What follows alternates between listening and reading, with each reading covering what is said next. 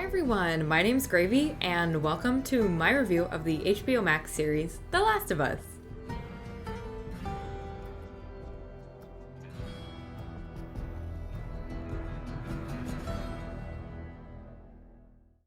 The Last of Us series is based on the video game. It's won a bunch of awards, has a second game, The Last of Us Part 2, and it also has a prequel, which is going to be incorporated into the first season. Okay, something creepy.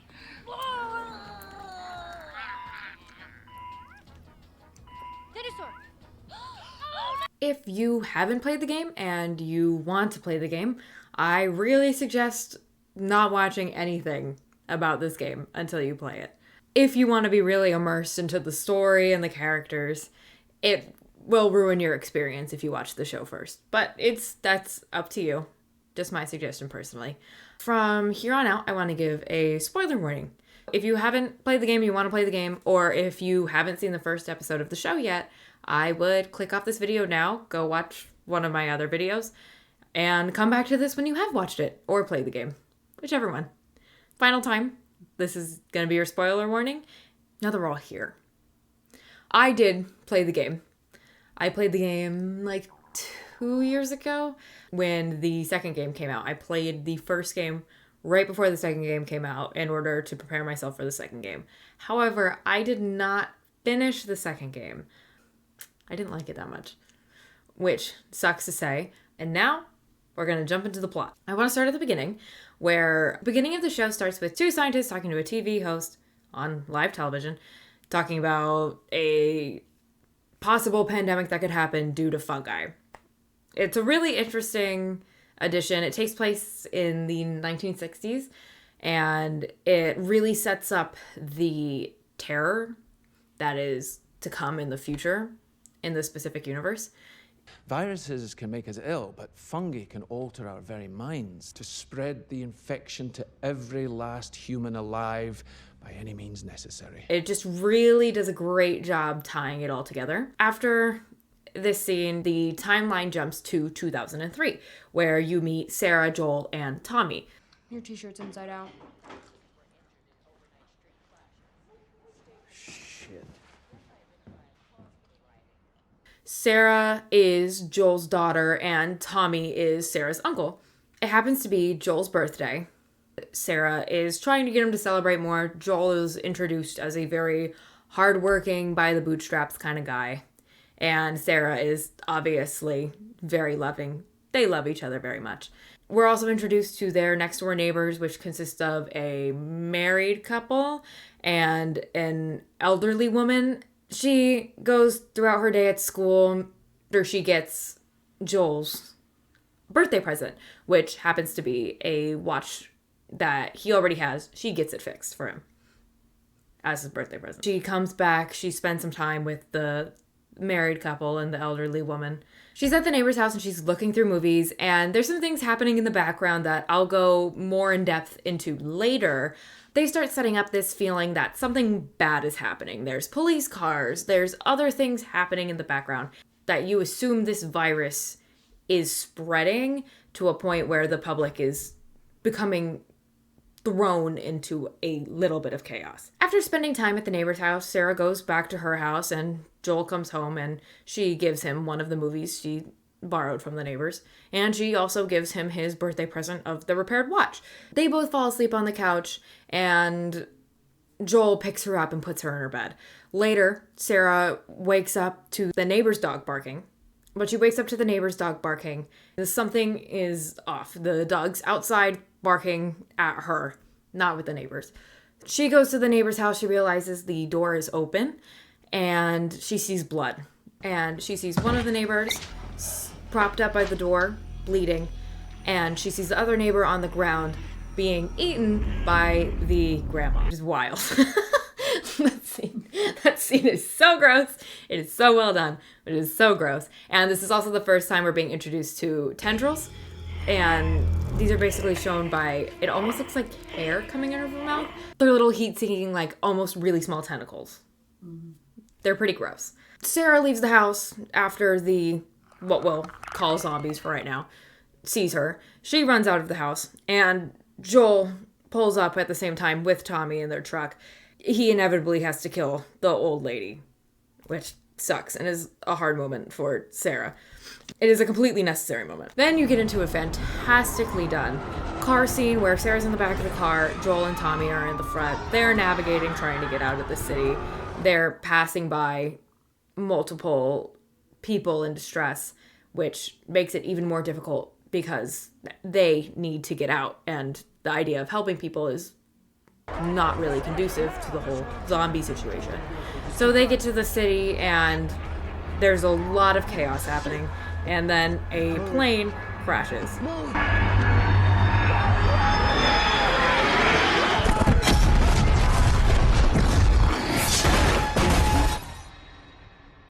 Big, crazy, amazing thing. Because of this, a police car crashes, separating Tommy from Joel and Sarah. Joel picks up Sarah because Sarah now has a hurt ankle, and they are trying to get to the river to meet up with Tommy. While on their way there, they are spotted by a runner who then begins chasing them through a diner. In one of the most terrifying scenes. They run super fast and out of control. It is really frightening. They make it to the river, the runner is shot by a soldier, and Joel and Sarah are saved. Or that's what they think before the soldier gets an order to shoot them, because it is unclear if they are infected or not, and they can't risk it. Sir, we are not sick! The soldier shoots and hits Sarah. Joel is also hit. Tommy kills the soldier, who was about to also kill Joel. Sarah ends up dying. Joel. Come on, baby girl. Come on, baby girl. I gotta get you up. Come on. Come on, get up. Come on, baby girl. Come on.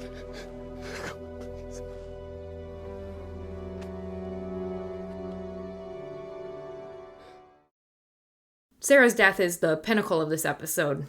It's right in the middle, and it's really fantastic. It's very emotional. And I've already played the game, and I cried, and I knew it was coming. It was rough. It was really fantastically done and incredibly sad. After that, we jump 20 years in the future to 2023, where Joel is now doing odd jobs to get food stamps.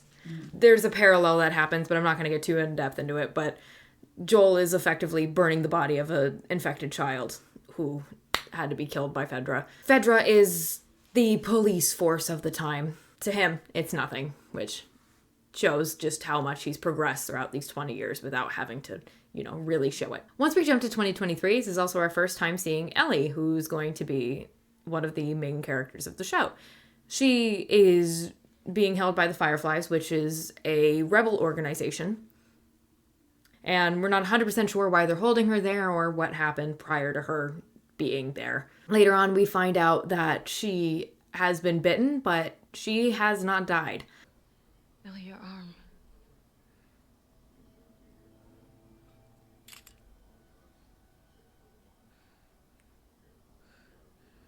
And it has been a long time, and she would have turned at this point.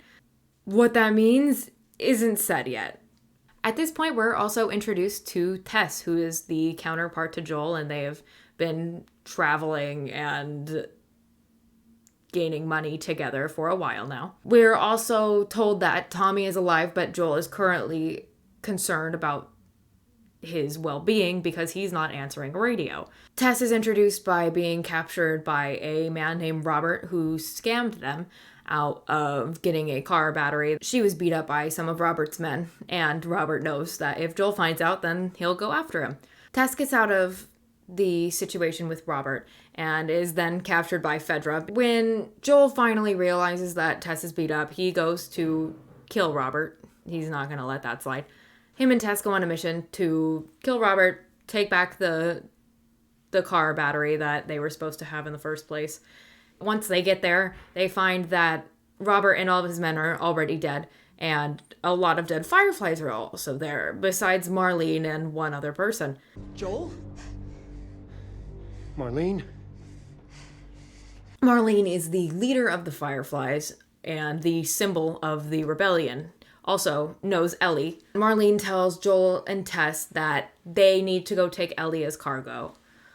to another band of Fireflies outside of the city for reasons that she doesn't tell Joel or Tess. She just tells them they need to do this. You're gonna do it. The hell we are. No, I don't have a truck, I don't have a squadron, Fedra's 5 minutes away. What I do have is you. And I know what you're both capable of. Tess and Joel agree to do it. Later on, as they're leaving the city, they accidentally run into a Fedra agent. The Fedra agent scans all of them to make sure they're not infected. Before he can scan Ellie, she stabs him in the leg because she knows hers will come up infected, which makes the Fedra agent point a gun at Ellie, and Joel then brutally beats him to death. And Ellie's pretty happy about it. Tess finds out that she's infected. No, I'm not sick. I'm not. Now Ellie has to explain herself and explain the situation. And that is effectively how the episode ends. All in all, the first episode really set the tone for an amazing series. I might come back and like change my mind on that. But from that episode, it made me just want to keep watching. And it was just so amazing. I really loved it. One of the best parts about this episode was that it was so similar to the game. The relationship between Joel and Sarah and the commonalities between the game and the show were just so constant, and they were so amazing. It was so interesting as someone who has played the game to go, oh, look at that, that's from the game. Oh, she said that in the game. They wore the same clothes in the game. It's really just so much fun to be able to point out those little details that they kept. Even the watch that Joel wears has the exact cracks and the exact holes from the game. It's really fantastic, and it shows how much love and how much work went into the making of the show and how much they wanted it to mirror its original content. Another aspect was the attention to detail, which I touched on a little bit when I was talking about how similar it is to the game. The detail I'm talking about in particular is like the background moments. One of the best moments from the show, I thought, was when Sarah was looking through the movies that she could bring back to Joel, borrow from the neighbors. And in the blurry background behind her, you could see the grandma of the neighbors twitching, and her mouth was opening, and she was standing up. And so you knew she was infected at that moment. Then once Sarah turned around, it was gone.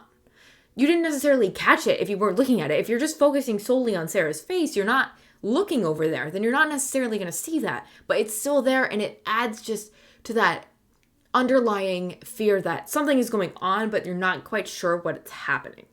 So there's another moment like this when Sarah's at school where a kid's twitching his hand. Once again, it's another sign of infection, but you don't necessarily know any of this. You just see little things that happen in the background that adds up to more things later on. Additionally, I just want to briefly touch on the casting and how amazing it is. Pedro Pascal as Joel was just like the perfect... It's perfect. It was like he was made for it. I don't know what else to say about that. Bella Ramsey, didn't get to see her much as Ellie, but from what I did see, I am so excited to see her character progress throughout the series. Anna Torv as Tess, I think she brings a different vibe to the character, but I really enjoy what she's bringing. She brings a sense of sweetness and a sense of love for Joel, and also a sense of self-sufficiency, and I just really enjoy it. I think it does differ a little bit from her game's character, but I really like the changes that have been made. Also, Gabriel Luna as Tommy, doing a great job mirroring that character. Once again, can't wait to see more of that. And also Merle Dandridge reprising her role as Marlene is so amazing. It's so good. She's obviously doing a great job. She's played the character. Also, if you haven't played the game, you can still watch this show and see it just as an amazing show. And I think that's really special because a lot of times when creators are trying to make a video game show or based on a different medium, it makes it difficult to not want to interact with the original medium before jumping into the spin-off. And I think in this case, you could just watch the show, enjoy it, and not necessarily know the ins and outs of the game or even play the game at all. And I think that's really interesting and unique, and I like it. That basically concludes my review of episode 1. I don't want to rate this because I don't know the whole context, the bigger picture yet, and I would rather just wait and see. But I really love this episode. I thought it was a very strong start, and I am very excited to see what else they do with this series. We gotta move, Joel! Also, you may be wondering why this video is a little late. That's because I've been super busy. I'm gonna try to get my review for episode 2 a little closer to the release date of the episode. We will see. Do not expect my reviews to come straight after the episode. Think of it as a nice little surprise throughout the week. Thank you so much for watching. If you liked this video, then feel free to subscribe. Hit the notification button for when my next video for the next episode comes out. And feel free to watch either my Puss in Boots movie review or one of my Twitch pods. Also, feel free to comment and leave me feedback on what else you think I should have mentioned, or what you thought about the episode, or what you're looking forward to. I'd really appreciate to hear all of your voices and just what you think. Thank you so much again for watching, and I really hope you had a good time with it. Bye!